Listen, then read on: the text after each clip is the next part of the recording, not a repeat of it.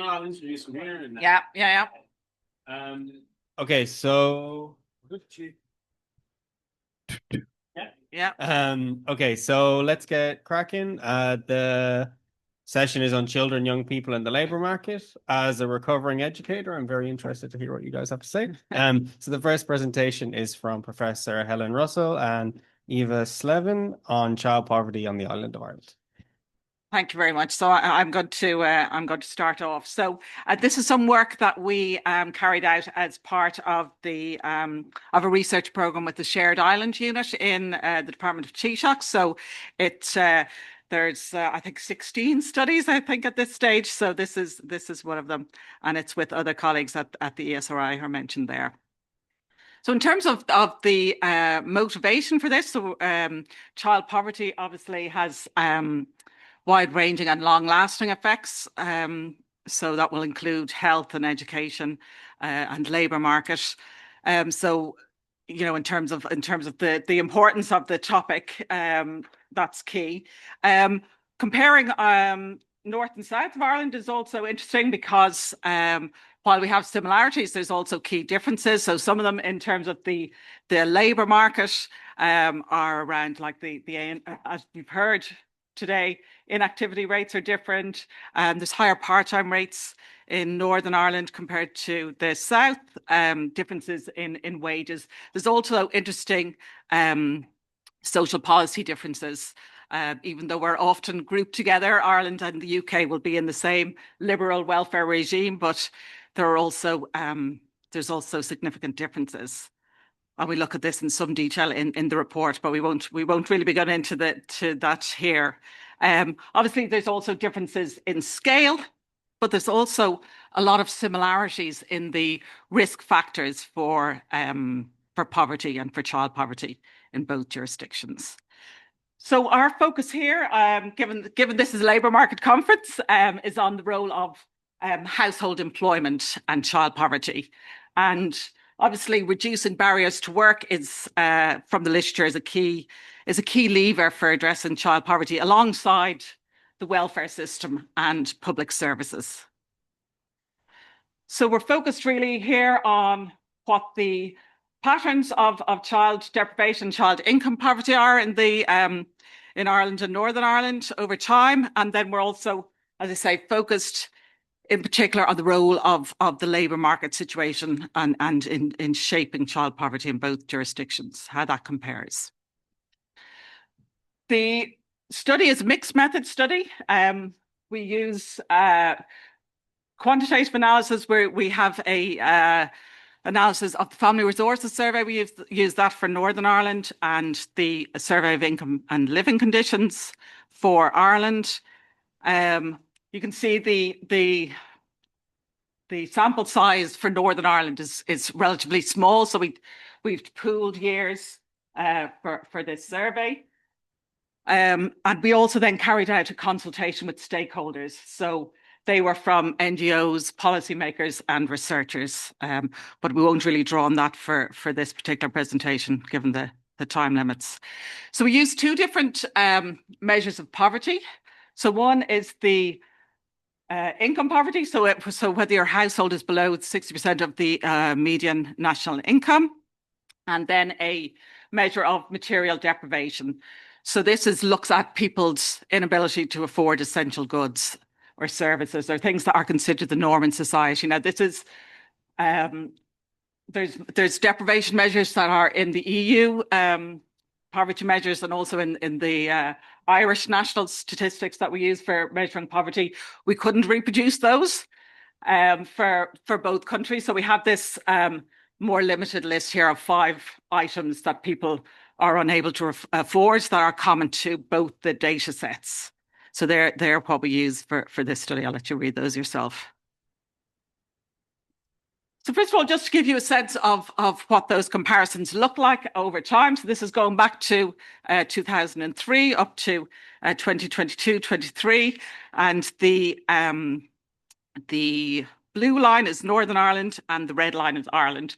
So you can see, and we've just put using the 2-year moving average here, just because of those small numbers for Northern Ireland. It's kind of a bit it's a bit more robust to look at the 2 years together. So you can see that throughout that period that the income poverty rate, so this is children, so children under 18, poverty rates are higher in Northern Ireland throughout that period. But if we turn to the measure of deprivation, so this material deprivation, we can see that that switches around. So that here then we have Ireland is higher throughout the period. There is a convergence right at the end where the deprivation rates in Northern Ireland have caught up with the Republic, but it switches around, and this is really, we attribute this to differences in the cost of living. So we heard that earlier on, that the Ireland has the highest cost of living across the EU, bar Denmark. So people on the same level of income or the same place in the income distribution are not able to convert that income into the same standard of living. So I'm going to pass over to Eva now, and she's going to take us through the rest of the results. Yeah, thank you. Yeah, so I'm just going to talk a bit about the composition of the child population in Northern Ireland and Ireland to get a bit of an idea of the characteristics we looked at, and then go through our models. So firstly, it's obviously relevant to compare the composition of children in the 2 jurisdictions. So again, we have Northern Ireland in blue and Ireland in red, and these bars reflect the proportion of under 18s in that jurisdiction which fit into a given category. So the number of children in the households pretty similar, north and south. We kind of start to see differences in the lone parent. Oh yeah, that worked. The lone parent status. So more children in Northern Ireland are living with lone parents than. Sorry, more children in Northern Ireland are living with an adult who has a disability, but that could be attributed to the kind of differences in how it's asked, north and south, but it's still quite a bit bigger. Then we kind of look at the household reference person's education level. So that's generally the person in charge of the household. It kind of differs between surveys.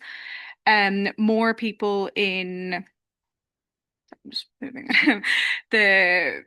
More people in Northern Ireland, in Ireland, are living with people with a degree educated household reference person. And then very few are living with a household reference person with no qualifications whatsoever. Comparatively, more people in more children in Northern Ireland are living with a HRP with no qualifications and below degree level than that degree comparatively. And then finally, we look at the kind of labour market. So this actually differs between whether the HRP is jobless or whether the household is jobless. For the household joblessness, it's greater in Northern Ireland than Ireland. And then for the HRP joblessness, it's greater in Ireland than Northern Ireland. So then this is the kind of joint models that we looked at for Northern Ireland and Ireland. This is average marginal effects, and we can see here the risk of income poverty for Northern Ireland is 7 percentage points higher, which is attributed to the difference in family composition, disability prevalence, and educational attainment of the HRP. Children with the same characteristics have similar poverty risks in Northern Ireland and Ireland, which we can see because the interactions aren't significant. And then when employment status is added to the model, lone parent and disability status no longer become significant. Then this is for child deprivation, so the previous one was for income poverty. Again, there's little differences between jurisdictions overall. Deprivation is 8.5 percentage points higher for children in Ireland when we compare children and families with the same characteristics. But in controlling for the overall difference disguises the fact that children with the same characteristics have a greater risk of deprivation. But because of the compositional differences, the net result is very little difference. So we kind of focused in on the 2 labour market characteristics for this conference. So these graphs examine the model interactions for HRP employment and household joblessness, where there's higher levels of child income poverty. There's much higher levels of child income poverty where no one is employed in households in both jurisdictions. So very, very similar. And then if we focus on HRP employment, there's about 25 to 30% income poor. The main difference is those in work are more likely to be poor in Northern Ireland, so there's higher levels of in-work poverty. Similar interaction for deprivation, but we actually see a much greater effect for Ireland. So there's more likely to be to be deprived where there's no adults in work in Ireland, and the same with HRP employment. So yeah, overall, greater joblessness in Northern Ireland. 15% of children in Northern Ireland live in jobless households versus 8% in Ireland. There's a strong link between adult employment and income poverty and deprivation across both jurisdictions. Joblessness has a stronger effect on child deprivation in Ireland, and then there's higher in-work income poverty in Northern Ireland. So that obviously has an impact on how we create policy for this. So our main conclusions: there's higher child income poverty in Northern Ireland, but higher deprivation in Ireland for the most recent period. This is kind of down to the higher cost of living in Ireland, particularly with the housing cost, which Helen mentioned, and then the lack of indexation of the benefit system in Ireland. There's some compositional factors which are key to accounting for the differences between jurisdictions. There's higher levels of disability and illness in Northern Ireland and lower educational qualification levels. I think someone said earlier that the rate of employment for people with disabilities is very, very low in Northern Ireland, particularly. There's, again, huge barriers to employment. There's a link between lone parenthood and disability, and income poverty is largely accounted for by those employment factors. So in terms of policy, we would need further investment in childcare to address the educational disadvantage in Northern Ireland, and then employment supports for those with a disability, and then also adequate welfare supports and services for those unable to work. The small limitations to the survey is there's obviously differences in the scale and autonomy of Northern Ireland versus Ireland. There is a big lack of data harmonisation post-Brexit. You kind of saw that with the lower number of deprivation indicators. There's missing indicators in the Family Resources Survey, and the Household Survey excludes most disadvantaged, so that includes people, say, in direct provision. So I'll just leave you on one of the quotes from our stakeholder engagement, and I would recommend reading the report if you want to read more about the stakeholder engagement and the other areas. Thank you.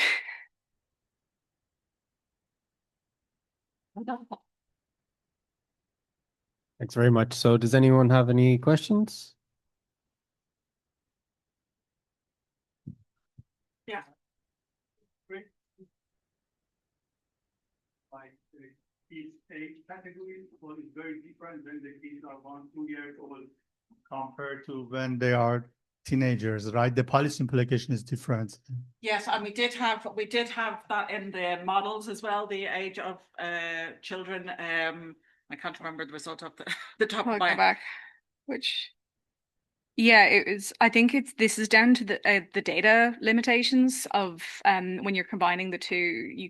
For the Family Resources Survey, you're looking at a much higher level, and it's really difficult to get to, like, the kind of really detailed data and combine it from two different. But we were saying here though that it's the higher risk in terms of the income poverty. You see a higher risk for the older children. So this in all of these the individual that we're looking at is the child, so somebody aged 0 to 18. So for income poverty, it's the older children, where we could look at more granular details. So where we could use the RMF data sets, to be technical, where you could get into more detail.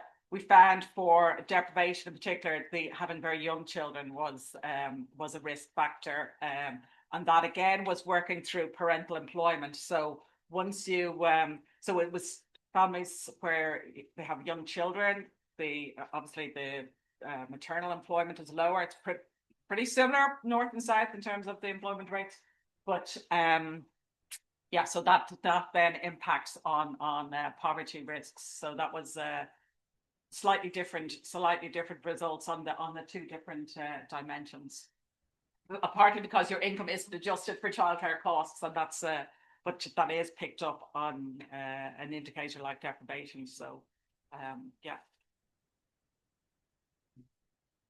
Just a quick point. Yeah. It seems to me that what we're showing is that disadvantage and inequality is intergenerational. We know that not only from this, but from other studies. We also know that the workplace is a key way of helping people to move from inequality and disadvantage into feeling that they have something worthwhile within society. And certainly within England, what is the way to the attempt to move people from inequality, disadvantage into work is by restricting benefit. The evidence clearly shows that that doesn't work. So it seems to me there needs to be something about how we can articulate and provide case studies that evidence how family learning, community learning, and creating role models as a way of evidencing how the workplace is of value, and not just in monetary terms. It's about self-esteem. So that thing that UNESCO, the definition of learning, learning to know. Yes, we need to know, but also learning to do, which is about the competency of learning from knowledge, but also learning to be. That thing about self-esteem, and then finally learning to live together, because these are the forgotten people all too often. They're the ones you're left behind. Yeah, no, and I would totally agree. So the educational piece is really important. So that comes across in all the models as well. So the where you have lower levels of education, that you're not getting into employment and you're not getting out of poverty. So I think that's key, because there's no point in activating people into low-paid, poor quality jobs either. And what's interesting, even in some of the north-south comparisons, when you look at it, so something like lone parenthood that we looked at in another study. So in the UK, so there's much more conditionality around the benefits, and the expectation that mothers will work when the children are much younger than we would have in the south. But yet that doesn't translate into higher employment for lone mothers in Northern Ireland or in the UK, because that's not what's holding them back. It's not that they're staying on for the good benefits. It's something else more structural about the quality of jobs, and as I say, the educational training piece is hugely important. Yeah, probably. Yeah. Do we have time for? Are we done? Yeah. I didn't know if you were telling me to wrap up.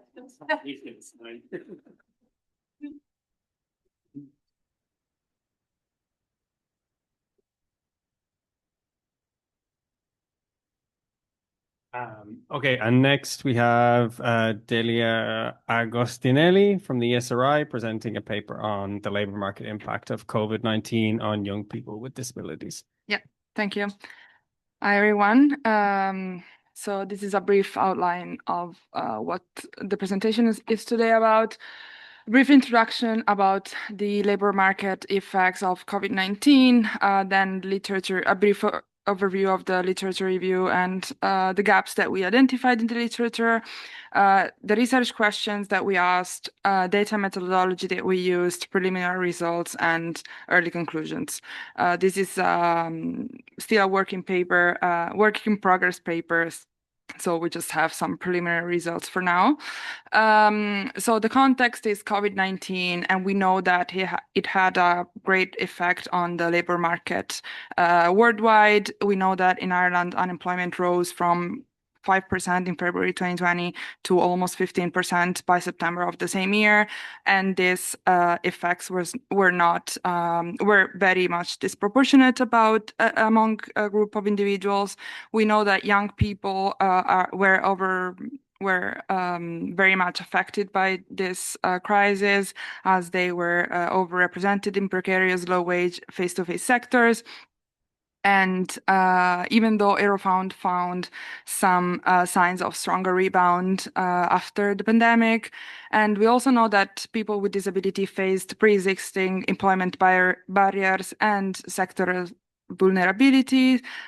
We saw in Ireland 33% of people with disabilities were working in 2019 compared to 77% of people without disability, and that's a very big gap even before the pandemic.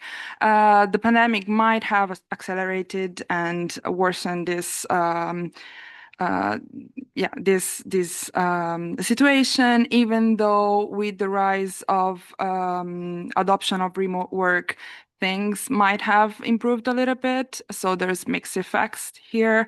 So when we look at the intersection between these two groups, there's not much in the literature, not enough studies study the intersection of these two groups. What we could find is that in the EU, in 2019, youth with disabilities saw an unemployment rise from 25% in 2019 to over 31% in 2020. And we saw similar in the UK. Interestingly, some data that were available in Ireland from the Growing Up in Ireland dataset, cohort 98, suggested that young people with chronic illness or disability were not more likely to lose jobs than their peers during the COVID-19 pandemic. Still, some historical data and available worldwide would suggest that these people were among the most vulnerable, but they're still under research, so we do not know enough about them. So despite growing body of research on the impact that COVID-19 had on the labor market, we know that people with disabilities, and even more so young people with disabilities, are underrepresented in the literature. So we tried to fill this gap with our paper, asking these three research questions. First of all, if the unemployment impact of COVID-19 was equal between young people with and without disabilities, if the impact varied by type of disability, and if the pace of labor market recovery was the same between young people with disability and without disabilities. So this is a brief overview of the data and methodology that we used. I'm gonna go quickly through them, but happy to answer any question with my colleague here later. So we used Irish Labour Force Survey, LFS data, and we focused on the second quarter of 2020, which captured the peak of COVID-19, and the second quarter of 2023, which would represent the end of the pandemic. So since 2020, the LFS data captured disability data only in the second quarter. And also they changed the questions that they would ask. So we could not use earlier data to examine the effects of these people before the pandemic.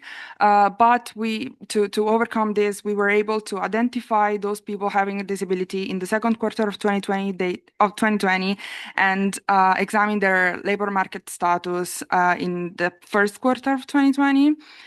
We also analyzed the disability type, and we had to group these types into 4 categories for sample reasons. And also we took a look at the demographic and socioeconomic information like age, educational attainment, citizenship, economic sector of employment, and we included them as controls in our models. We focused on young people aged 15 to 34, first of all for sample reasons, but second also to align with the definition used by Eurostat, the new definition. And so what we did here was to examine the risk of these young people with disability, the risk of being unemployed relative to employed. We used ILO measure, and we estimated a binary probit model with a particular focus on disability status in the first model and disability type in the second model. We also estimated models with and without economic sector of employment. And finally, we estimated a series of OLS regression models with 2023 year interactions to test if the changes that we saw between 2020 and 2023 were statistically significant. So here's some preliminary results. So this graph shows descriptively what happened. And like at the unemployment rates of people aged 13 and 34 in 3 points time, we have the first quarter of 2020 in blue, second quarter of 2020 in orange, and second quarter of 2023 in yellowish green. So if we look at the overall picture, we see that unemployment rate increases in the second quarter of 2020 and decreases in 2023, going back to the pre-pandemic level. The group without disability has the same pattern, but if we look at the disability, at the people with disability, we see that the unemployment rate grew and did not go back. When we divide the disability into the 4 categories, we see that even though there is the pattern varies, the overall picture is that the unemployment rates grew and did not go back to the level of the first quarter of 2020. And then we have a look at econometric results here. So the first column here is the second quarter of 2020 model. So we have the estimates for the peak of the COVID. And then the second column is the shows the estimates for the 2023 model. We go through some covariates of interest right now before going to the key variables of interest. We see that there is no gender effect, not in 2020, not in 2023. We see that there is an effect for age, so especially for those aged 15 to 19, but it is weaker in 2023. There is a strong effect on marital status, so single youths are more likely to be unemployed compared to those that were married.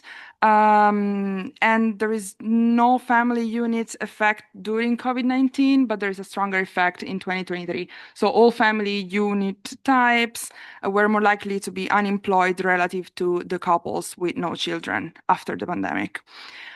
Still, through some covariates, there is not much of a citizenship effect, apart from some effect for the people coming from the rest of Europe and the rest of the world, but this effect is weaker in 2023. There is a strong effect in 2020, in the 2020 model for the educational attainment. So anyone with a qualification that is with a qualification less than a degree is more likely to be unemployed during COVID-19, and especially those that had lower secondary or less qualification, but this is not significant in the 2023 model.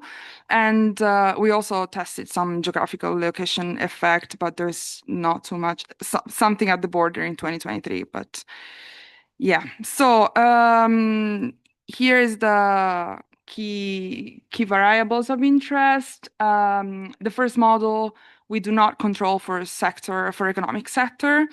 And we see that there is a strong effect. So what we're saying here is that in 2020, young people with disability were actually more likely to be unemployed compared to young people without disability.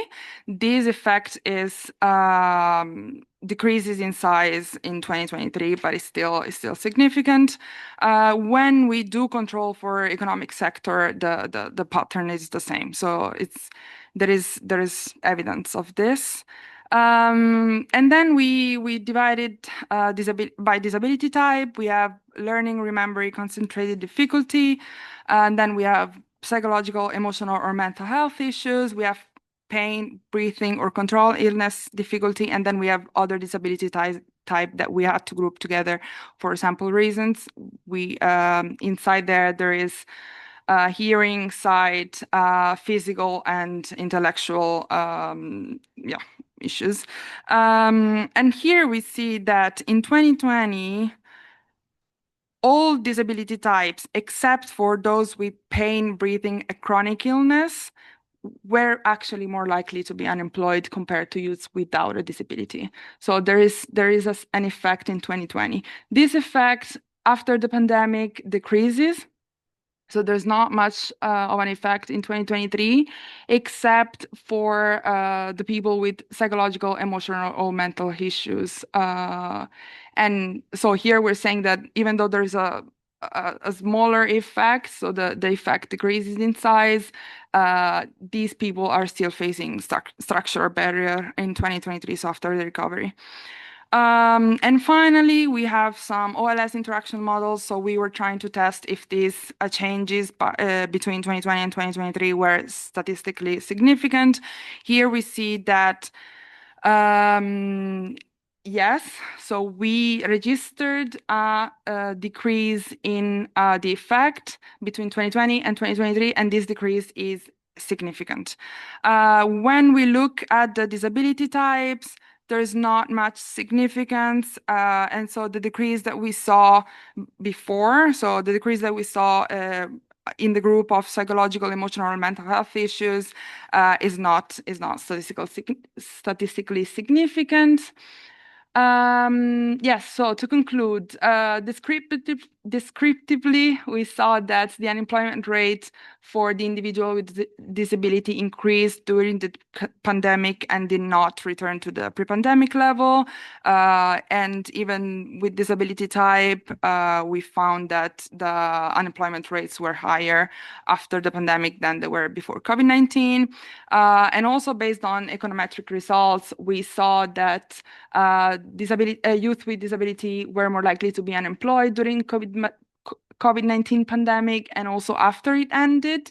But we saw a decrease in the size of this effect, and the ER interaction model also confirmed that this decline was statistically significant. And when we look at the disability type, we saw that all disability types were more likely to be unemployed compared to youth without a disability during COVID-19 pandemic, except for those with pain, breathing, or chronic illness difficulty, but especially those with psychological, emotional, and mental health issues. They were the only one found to be still more likely to be unemployed after the pandemic. And our interaction model indicated that this decline was not, even though there was a decline, this decline was not statistically significant. So yeah, this is still a work in progress, so all comments are welcome.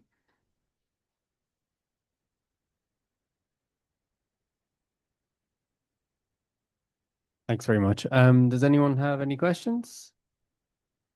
For me, I was just wondering, so what are the next steps? Is it just to add in further years of data or to look more into the so I would say the next step is for sure to look at this group more.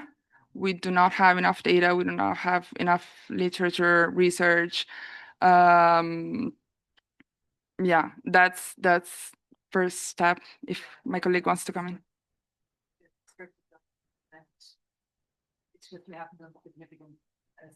In terms of those differences in the descriptors, just to see if they're significant or not. I think overall we're happy enough with the models are at. As Delia mentioned, the issue with the LFS data is that the questions have changed. In addition to the questions being different to what was asked pre-2020, the questions asked since that they change every second year. So we're somewhat restricted. But I suppose the key focus of the paper was to identify, has COVID had, I suppose, a scarring effect on people, young people? As Delia mentioned, there's very little literature on the intersection of young people that have disabilities. So, and I suppose the concluding is that, you know, pre-COVID, young people with disabilities, they were more likely to be unemployed. That's still the case after the pandemic, but the effect has got smaller. So it would appear that similar to what was found with the GUI data by Anousheh Alamir Smith, that there hasn't been a scarring effect from COVID on young people with disabilities. But yes, young people with disabilities, they're still more likely to be unemployed, particularly those with mental health difficulties. So there is still obviously room there for policy. So in terms of future work, I think we need to look a little bit more, put more into looking at that side of it, interventions and that. Thanks.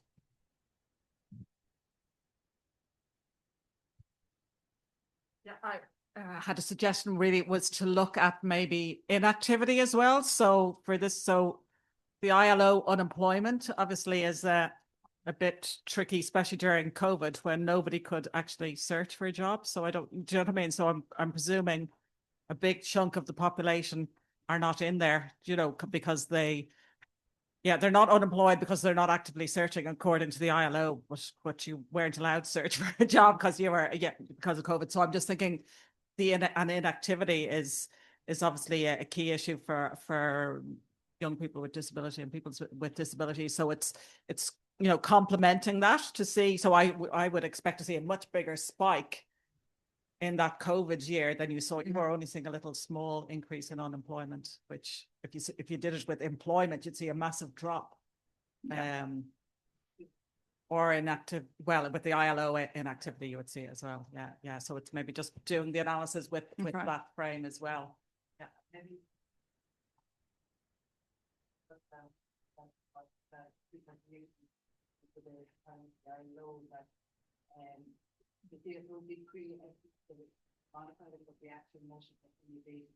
Yeah, and you want something that's consistent over time. It's just that you know, COVID threw everything up in the air, including our unemployment definition. Yeah. Thank you.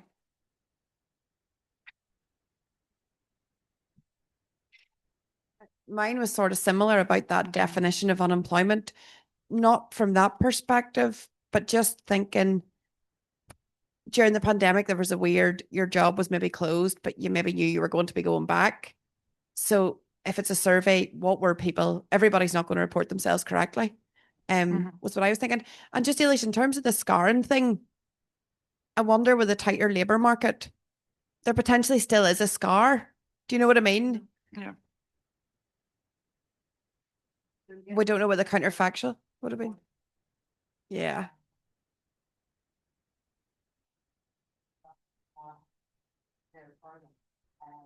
So it's not that the effect has gone away. It's just that in the year and the profession, COVID didn't have a long term scanning effect.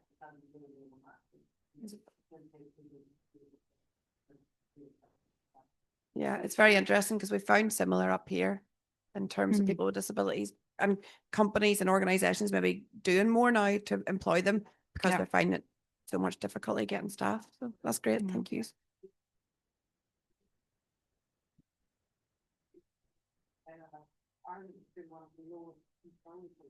Yeah.